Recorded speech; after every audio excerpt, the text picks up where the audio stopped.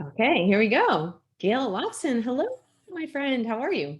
Oh my gosh, so great to see you and can't wait to see you in person. I know that'll be great. Well, I'm thrilled to have you because, and I don't know if you noticed this, but I posted this on LinkedIn that I wanted to know how many students you have taught or mentored. Well over 1,000. Oh, Well maybe over a way more than that. thousand. Didn't you just have, you've had 1,000 students in class probably in the past 5 years. I know, I know. So how many then? I've never stopped to count. It's funny. That's one of my mantras in life. I never stop to count. And the other day I was forced to stop to count how many events we produced because we needed it for an article. And I started counting. It was over 2,000 events. Over Wow. 2,000. How, if Wow. you asked me to mention every single one, I never could. So with the Great. students, yeah, I guess it's thousands of students. So when I bump into them, I'll always say, okay, remind me, you're I Salve, intern student. Please, Great. if they're not the students that are keeping in touch. Right. Yeah, that's the trick, right? And a good lesson, right? Like you really need to be making the effort to keep in touch. Well, I tell Yeah, the I think students when it's you leave, like when you leave the university, if there are people that you really were drawn to, whether it was a professor, a guest speaker, other students, quarterly touch points at a minimum. So you want to plan a touch point for every quarter. I do this with our clients, even if it's sending an article. Saw this article on resilience and thought of you. Saw this article on social media and thought of you. For you, Suzanne, I've had a little tiny hashtag pin that I got when I brought the students to Twitter oh Corporation, yeah. and they gave me this pin. I've had it Oh, sitting on my home in my home office for a year now or 2 years now. Did I get it to you? No. So that's the second thing. oh, Follow up. You know? wow. And it's for me? Yes, it's for you. So the other thing is like, Fantastic. quarterly touch points, follow up, send a thank you note. I mean, I think we're getting ahead of the questions.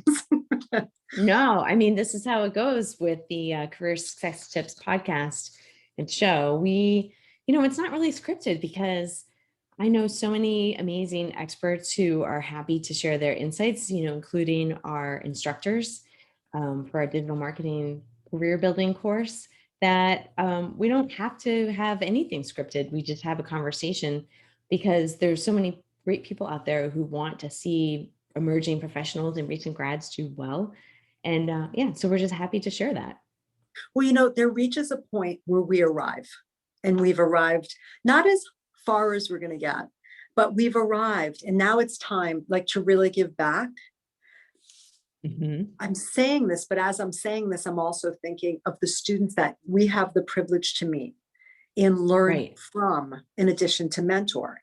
This morning I was learning a whole new platform, and who's by my side? Our intern, Sydney, sitting right there. I got this. I got this. I said, well, you have to teach me too. You can't just do it. So it's Yeah. not the old model where we learned everything from our teacher. Hmm. I would say the model probably shifted, at least for me 20 years ago when I started, over 20 years ago, when I started teaching in January of 99, it was no longer standing there and just pontificating. It's Hmm. sharing information. And I'm finding students really engaged.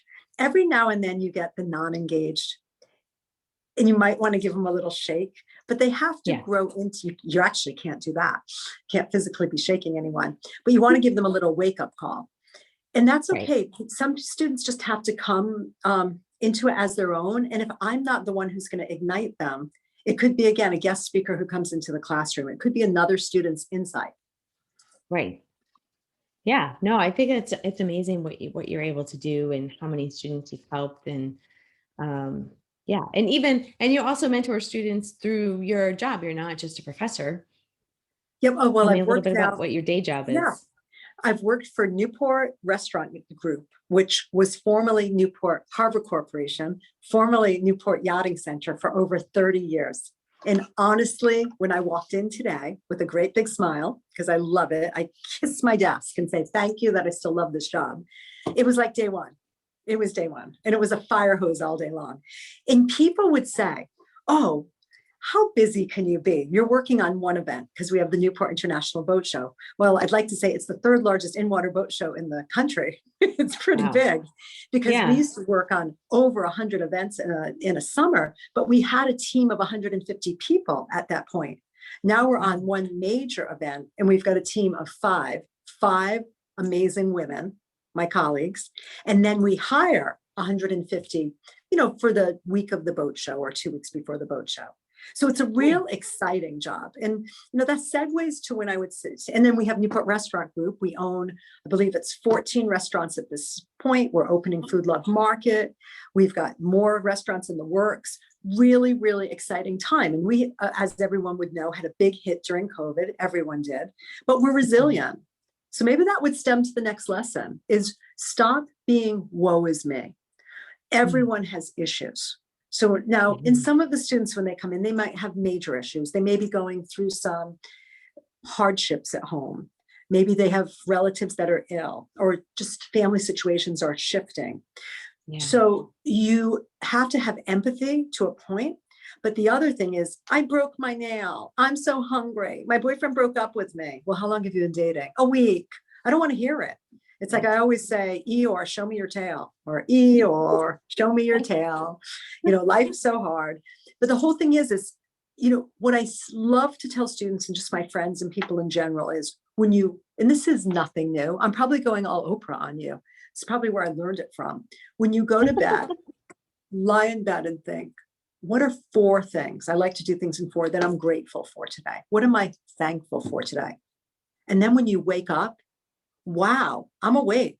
I can see, my hands work, my legs work, my mind, hopefully it still works. Kind of know, do we ever really know if it's still working?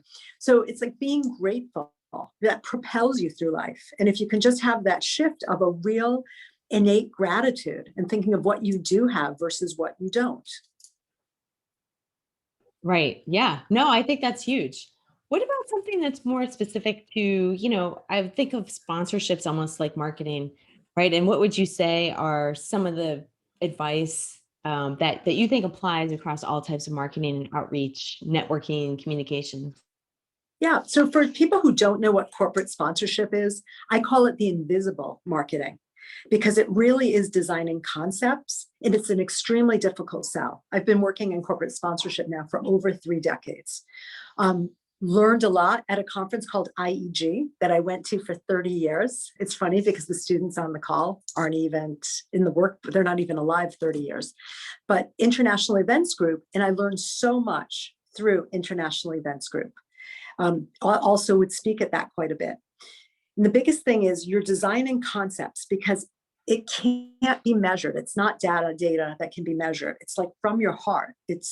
Yes, you can measure samples, you can measure attendance, but you're grabbing mind share for a corporation, through the audience experience with you.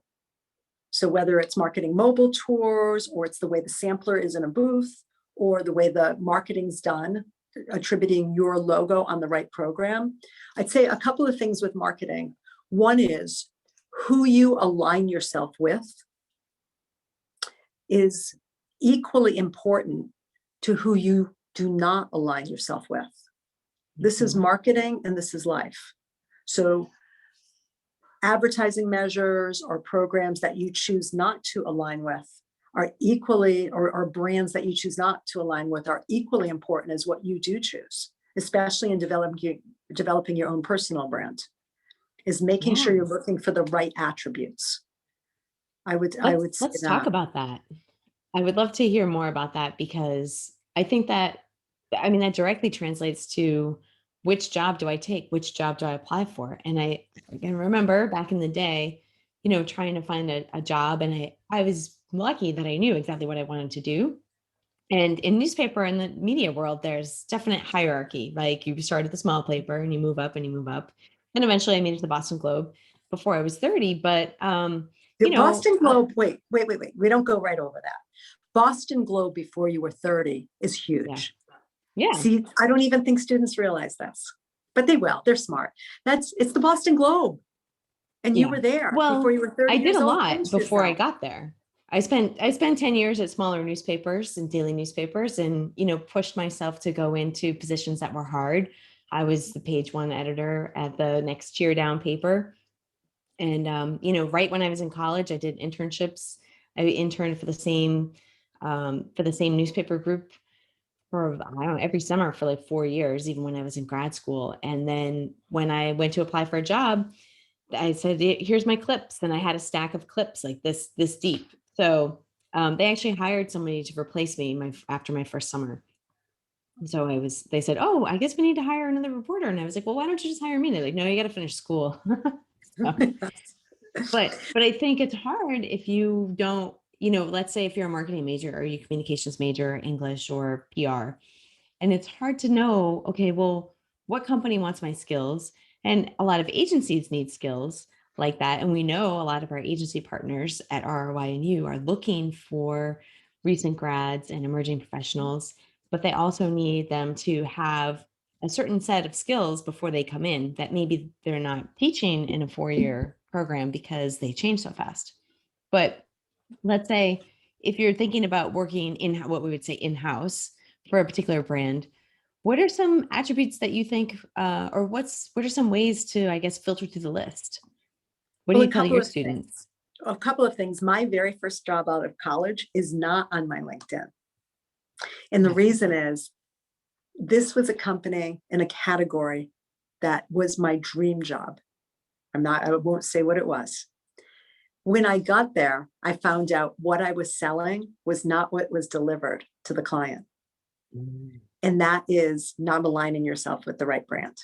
And I was there for 1.5 years because the program was so long that you didn't know till then. So it was, yeah. So my next job, what we were selling and what we were delivering, we were actually over delivering. And that felt so good. My next job was with a resort, and it felt so great to over deliver and build that brand as you've got to go there. They are terrific. They're the best people. And then moving to Newport Yachting Center, Newport Harbor Corporation, Newport Restaurant Group, it's all about the experience. And you could have a great experience at the Mooring restaurant, or it could be one server, or you could be having that just really disturbs your day, or you could be having the worst day. And then you project that on the restaurant, because we project things on other people as well. So I think I went off topic on aligning yourself. But No, it's all right. I feel really proud that I'm aligned now with a company I believe in. I am so privileged to work for a company that we're an ESOP company. We're a good company. If someone, again, though, employee owned. But the other thing is, employee owned.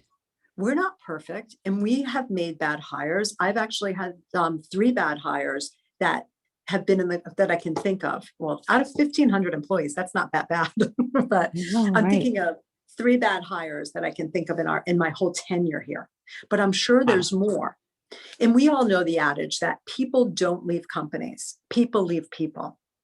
So when they do leave our company, there might be some that gravitate back if a respective bad apple is no longer here. And it's, for some reason, the bad apples, they really know how to hide in that bushel.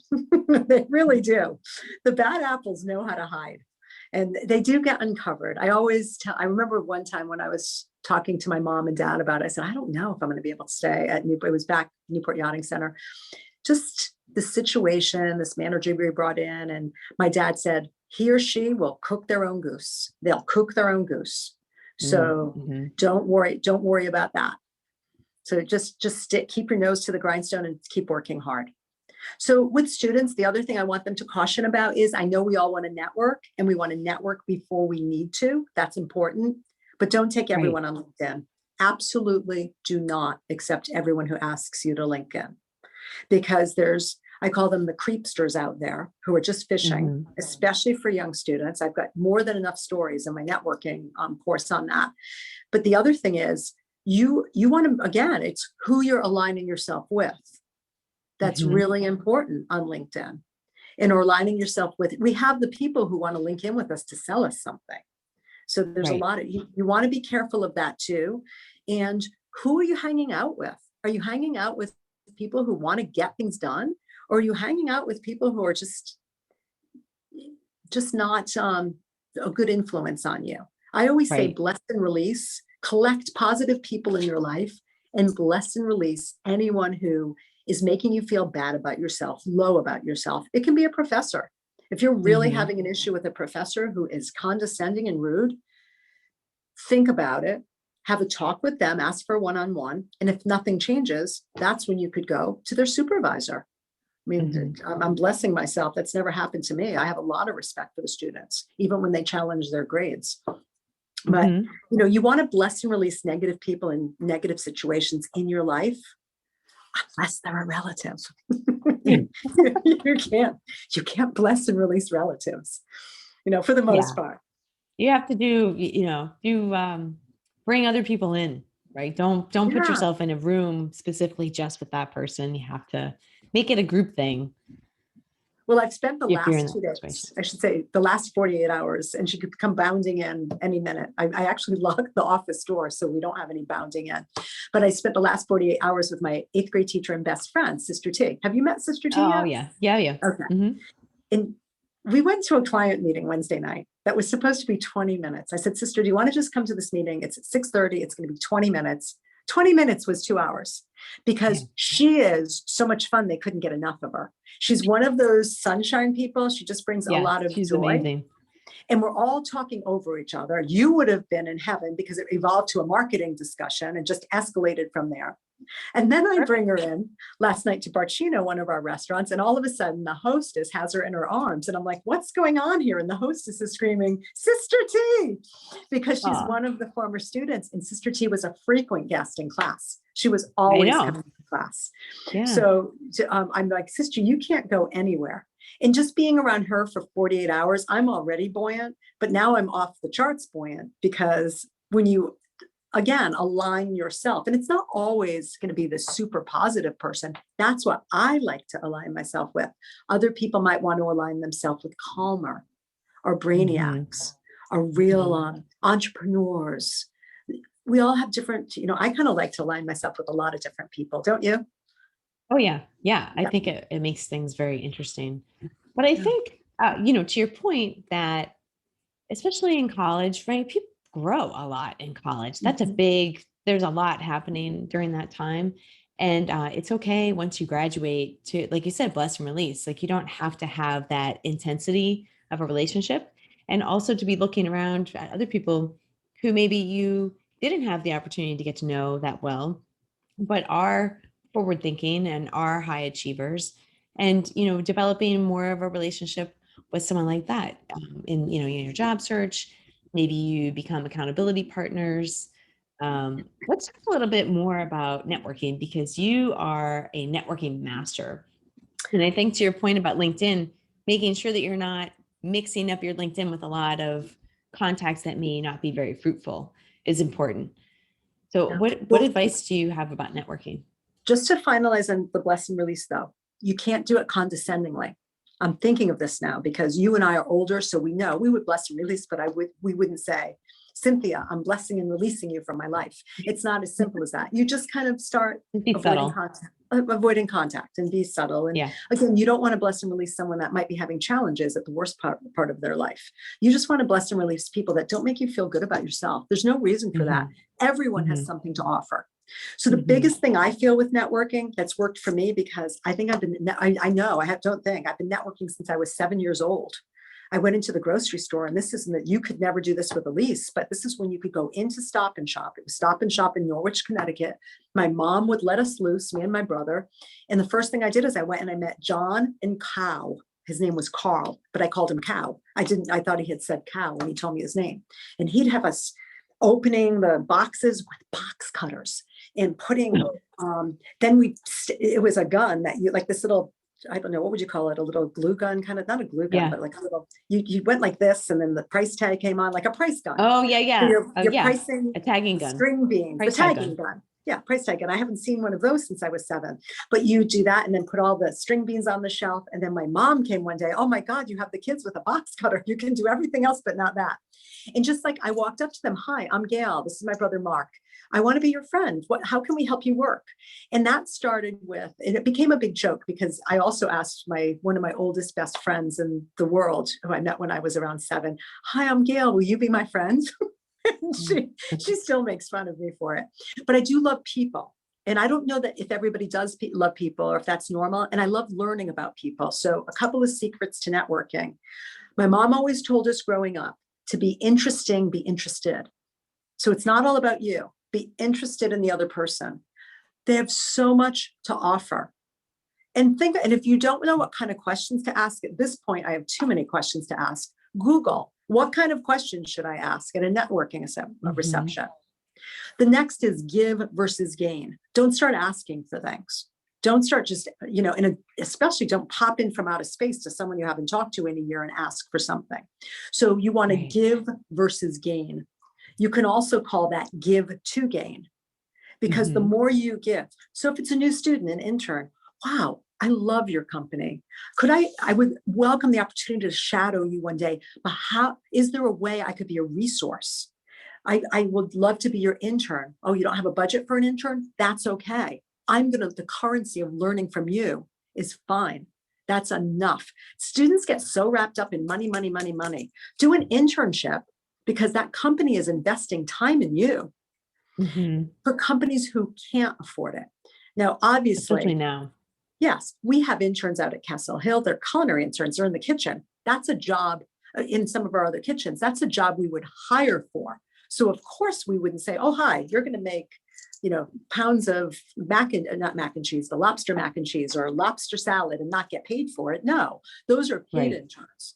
But there's a lot of situations where interns come in and just garner the experience. So network before you need it.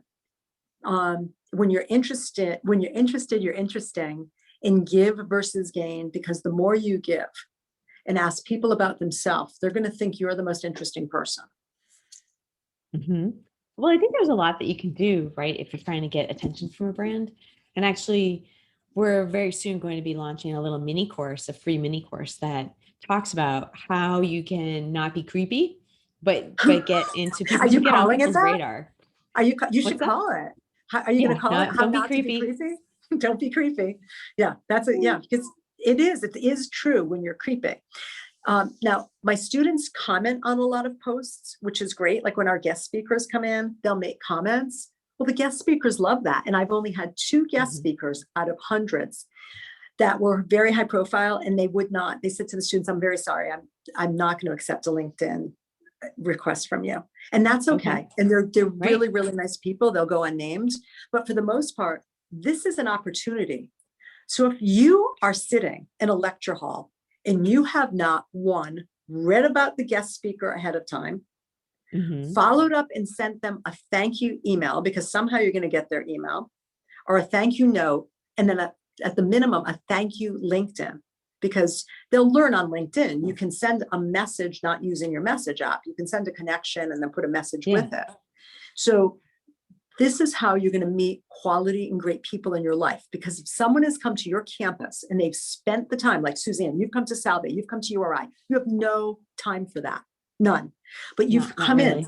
No, you don't. Not only are you working full time, you've got a young daughter and a husband and a farm and a school. And do you want the list to go on? You know what you've got going on. So to stop your day and drive over and drive back to have a kid sit like this isn't right. I tell the students, the guest speakers come in and sit up straight, pay attention, no cell phones. I'm the mean professor who has the no cell phones period rule, but follow up with those guest speakers. They care about you or they wouldn't be there. Nobody's in there for the heck of it. Yeah, no, for sure. And I think one thing too is that a technical note, if you send someone a LinkedIn request and you include the note, they can see the note without accepting you. Yes. So even if they don't have any intention, they actually would have to delete it. So they would still see the beginning of the note. And I think that's important to know, that you could just do that and know, okay, they're probably not going to accept me anyway, but they'll still go through the effort. Yes. But so often, I mean, including, especially when you were doing classes remotely, that I would see people commenting, your students commenting on how great the speaker is, and the speaker would get on and say, thanks. This is the type of interaction that gets you hired, because how many people do you know have been hired just based on applying for a position, professionally? Everyone had a connection. Now here's, Right. oh my gosh, I'm so glad you asked me that. One of my former students, I'll say his name. He's local and he's nice. It's not a secret. I talk about it with all the students. Dakota Hersey. Dakota Mhm. wrote a thank you note to a vice president at CBS when we were on it's called a J term. We go in January, we go for 1 week into New York, and we are on the road from 8 a.m. till 10 p.m. because we eat dinner with the guest speakers as well. So we're in a different corporation every hour: Twitter, Google, Hulu, again, CNN, CBS, NBC, we're every SNL. agencies, SNL. We went to that. You remember that? We went to SNL. Yeah. So Dakota's typed thank you note, because all the students write a thank you note, was remarkable. He always took time on his thank you notes. So what happened? I had brought Dakota in as an intern too, as he's a student and an intern. And he's sitting at his intern desk and he's like, you're not going to believe this. I said, what? He's like, look at this. And I walk over, and on his LinkedIn is a LinkedIn message from one of the vice presidents at CBS saying, we have a job open and I want you to apply. I'm Ah, remembering you from your thank you note. He kept his thank you note. that's Guess how many awesome. applicants there were for this job in the marketing department at CBS? Oh, I can CBS imagine brought hundreds. hundreds. Guess whose was in the top 2? That's so great. Dakota and one other person who was an incumbent who was already working there. Who got the job? Dakota. Oh, really? And then this man now has become a mentor to him. And after he was there for a while and he was growing in his job and there wasn't something else, he said, I have a lead for you at this other company. And he's continued to mentor him. And this That's also amazing. happened to another friend of mine she wasn't a student, but I've known her since she was born, where she found someone to champion you. So find Mhm. someone to champion you. My students use me to champion them. The smart ones keep in touch. They're sending me the quarterly touch point because they know, stay in touch with Gail quarterly, by email, with a card, whatever it is. And it's really impressive to me that his thank you note, that simple thank you note, set you apart, because my friend Bart Berkey wrote a book that the students should all read. He was global Ritz-Carlton, and his book is called Most People Don't, but Oh, You cool. Do. Most people don't, but you do. And most people don't hold open the door. Most people don't show up on time. Most people don't Mhm. show up, never mind on Right. time. They're there, Right. but they're not there. And while we're talking books, I'd like to recommend Sandra Long's book, a must. So Bart Berkey's is a must. Sandra Long is the first TEDx speaker in the Oh, US, really? I think globally. And she mentors our class once a semester. She's a highly sought after speaker. And her book is LinkedIn for Career Success. Nice. LinkedIn for Career Success. So I highly recommend that. And of course, I recommend a book called Your Someday Is Now. What are you waiting for? By yours That is truly. an amazing book. I love that book, Gail. And you did such a good job. And you put out a second edition, right? Second edition of the book with a dragonfly on the cover. And because we are always evolving. And dragonflies know how to fly in 6 different directions. They've got great big eyes for looking at life. And they have short lives. So they know we all have short lives. Short, 100 years is a short life. There's never enough life. So that's at least my belief. It's like we've just got so much to live for. So the dragonfly really respects and honors every minute. I love it. And yeah, and I think what's really great also is that all of your proceeds from your book go to nonprofits. Yeah, $42,000. And I'm going to do a videotape on why I gave the money away. It would take a whole other half hour, but We'll have to do another one. it feels really, really good to give the book money away. I said 42,000, right? I am about to Yep. sell $2,000 more to a corporation. And I That's have them write fantastic. their check right to the charity, not to me, because if they write it to me, I'm going to be taxed on it.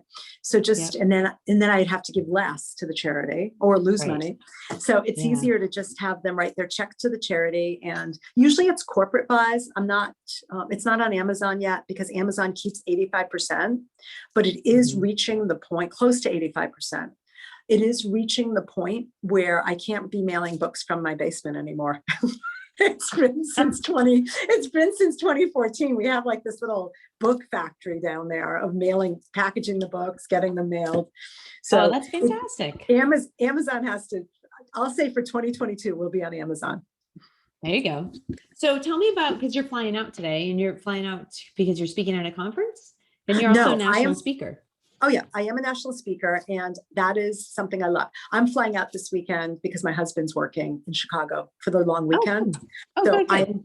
I'm actually, believe it or not, going to spend the weekend meeting with former clients in Chicago who have taught me to speak, because I reached out to them Oh, to great. say, hey, I know it's the long weekend, but if you're around, I'd love to see you for a walk, a coffee. Again, it's a touch point. Some of these people are never in a position to hire me again. They're not in the conference world anymore. I like Mhm. them. They like Yeah, me. they're friends. So Yeah. why aren't I going to just stay in touch? Oh, you can't hire me anymore. I'm not going to be in touch with you. So, and what happens from that is I'll probably be sitting at a brunch on Sunday and they'll say, oh, there's this other conference. So I love conference speaking. It was actually my first conference I ever spoke at was one called IEG, the one I referenced at the beginning, a marketing and sponsorship conference in Chicago. In my Mhm. third year there, so I started going in 88. In 91, because I was participation students, that's another thing. I am passionate about marketing and sponsorship. So because I was participating, Lisa Euchman, who founded that, said, I'd like you to do a roundtable. Well, the roundtable is supposed to have 12 people. It had 60. So she said, next year you need a room. And the rest was history. Because here's the secret. I didn't hold anything back. I sat there and shared everything I know. And people could Right. say, well, those are trade secrets. You shouldn't be sharing everything you know. I shared everything I knew. And you know what happened when I did that? People gave me advice and I learned more. And I kept learning more. It's like the giving tray. The more you give, you're just getting. So Yeah. from speaking at that conference, people came out of the audience. Can you come to my corporation? Can you come to my conference?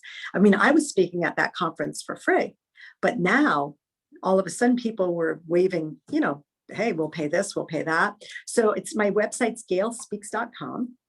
And it's my happiest thing to get on a stage and make people feel great about life and better about themselves. That's the end outcome, is to leave. Usually if it's a workshop, there's a lot of exchange and interaction. So you're learning again from everyone else. I'm almost like I become a facilitator. I've got my points, but then we're learning so many more points. Believe me, do you know it all? I don't know it all. And then, we do not know it all. Life's too short, like you said. Yeah. But to get on a stage and give a keynote, and you see some people like this, but then most of the time people are really smiling. And I did walk up to, this segues to, again, the way you are in an audience, because flashback fall of 2019, when I was teaching, you've been to it, Suzanne, the big auditorium of 93 at URI. Mhm. So now I'm pulling a Gail. I'm jumping from one subject to the other, and That's all good. I'm leaving speaking now to go back to the classroom because it's body language. Okay. And I never judge an audience's body language anymore, because I would not sit and go like this when I'm at a conference, like a pen. I'd sit like this, thinking and writing it down. But here I am on stage, and if someone's not smiling, I'm thinking, oh, do they not like me? And then I got over that, because not everyone's going to like you. I don't know a speaker in the world that everybody likes. So not everyone's going to like you. You have to get over it and focus on the people who are, and who your message is resonating with. Well, in the classroom, it's a little different, because you are responsible for teaching the curriculum.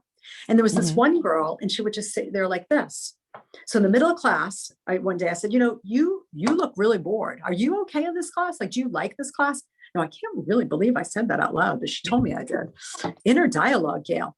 So she said, no. She waited afterwards and said, I have to let you know, I love this class. I'm just really, when you're talking and you're sharing and you're teaching us, I'm processing it and I'm writing it down, and I'm sorry that I'm not smiling. She ended up becoming my intern, another student, a TA. And she's now one of my best friends. I love her. Oh, Love her to death. I met her parents. I love her parents, her sister. that's awesome. So I'm so glad I said something. I would have never met her. So, Right. and another magical person I met, and this is why I'm talking body language. This is important. There's a company called VaynerMedia. You've heard of Mhm. VaynerMedia. If the students Yeah. do not know Vayner, VAYNER media, Gary V. they need to know Gary V. Gary V has a chief heart officer named Claude Silver. And Wendy Kagan of Bank Newport, who is the intern mentor of all intern mentors, said, Gail, come to New York with me for this engagement conference. She invited me down to New York. Very nice of her to do this. Claude Silver, my accent's falling out there. Claude Silver, Gary V's chief heart officer, was one of the speakers. I sat there with Wendy. We had our pens out and we were like this, but we were smiling and nodding because she was so good. And she brought out, we were like this. So afterwards, I approached her. I said, I am not an odd person. Well, maybe I am. I said, I have to just tell you how much your speech meant to me, how great it was. Unbelievable. And I bring my students into New York every January. Is there ever a possibility they could meet you? Now, you can't get into VaynerMedia. You can't just walk in that door. And she said, I would love to welcome you and your students to VaynerMedia. She said, I saw you and your friend sitting there nodding and smiling my whole presentation. And that made me feel great. So you never know, students, when you're in a class, and if it's not your personality, you don't have to be there like this. But when you're in a workplace because you've graduated, be engaged. Don't gossip. If other people are gossiping about their coworkers, shame on them. First of all, they shouldn't be gossiping with a new employee. But second, you're too big for that. Write things down. Write the names of the people you're meeting down, your coworkers down, the clients down. My intern now, Sydney, all of a sudden, I'd be on call. So I'm really sorry. I've got to take this call. And I'd say to the client, I've got you on speaker. I'm here with my intern. I look over, I hang up after we were done with the call. She's like, here's the notes. I said, you just typed the notes from that call. I didn't ask you to do that. She's like, yeah, I typed the note. Who taught her that? I don't know. Her mom, her dad, a teacher? Is it innate? But who does that? She's a junior at URI. And here she is taking notes during my calls that are much better than my notes because I'm trying to stay engaged in the Zoom or the phone call. And her notes she's writing down the kids' names, where they're at school, the dogs' names, all this stuff. I'm like, holy cow, Sydney, who taught you? You were so good. So it's about learning these things. And when you're in a company, know your colleagues' children's names, know what they like. It's all about people. In the end, it's all about people, how you treat people. And don't worry about how people are treating you. And don't worry about people who talk bad about you. They always will. Just go out and be nice to people. And the good will come back to you. Be the bigger person. And I would say, if you find yourself in a gossiping situation, a lot of times it makes sense to just try to be objective and try to handle the situation in a way that you're not getting dragged into it. Because you never know. Like, I'm in a situation right now where this person, someone was very gossipy about this person, and now that person's probably going to be a client, so it's good that I didn't get, dragged down. And, we're all professionals. So we're at a point where we can kind of understand and appreciate, like, okay, these two people have a conflict, but that doesn't have to spread to other people. I think that's one thing, is to make sure that you are, isolating yourself, and being very, savvy about how you deal with that situation. Especially if you're a new hire. But yeah, just mind your P's and Q's and don't get sucked in is probably the biggest thing. As my mother would say, mind your P's and Q's. Yeah, I like that. And yeah. Gail, I know that you have to fly out, so we will let you go and have a great time in Chicago, and we will hopefully be seeing you back in Newport. And I'm looking forward to becoming a frequent flyer again in your class. Oh my gosh, I always enjoy and being in the skies, classes. Right? And in the skies. It's so good to be just out again and hugging people. My last thing I do want to say to the students, though, is I want you to go out there. Your someday is now. Live every single heartbeat, because I promise you, this is not your practice life. and no one else is going to live it for you. So you've got to go out there, set goals, make things happen. And if you get sad, just sign up for my newsletter. It's right on gailspeaks.com. Sign up and you'll get a monthly dose of positivity. Listen to podcasts. Send me an email, gail@gailspeaks.com, if you need a podcast list, and we'll go from there. Thank you so much, Suzanne, and thank you for your wonderful university and everything you're doing for the next generation. Thanks. Yeah. We're hoping to get some new recent grads and emerging professionals into launching their careers in the best way possible, rather than, just sort of cycling through and waiting for opportunities to happen. This really accelerates it because you get right into my network. You get as an addition into Gail's network. I do my little hashtag, the Gail network. Yeah. And there's so many great people. I have more than 5,000 LinkedIn contacts. So, and a lot of them are hiring experienced, skilled digital marketers who are looking into growing their careers. So I'm looking forward to it. Thank you so much, Gail. Thank you. Thanks, Suzanne. All right. Enjoy.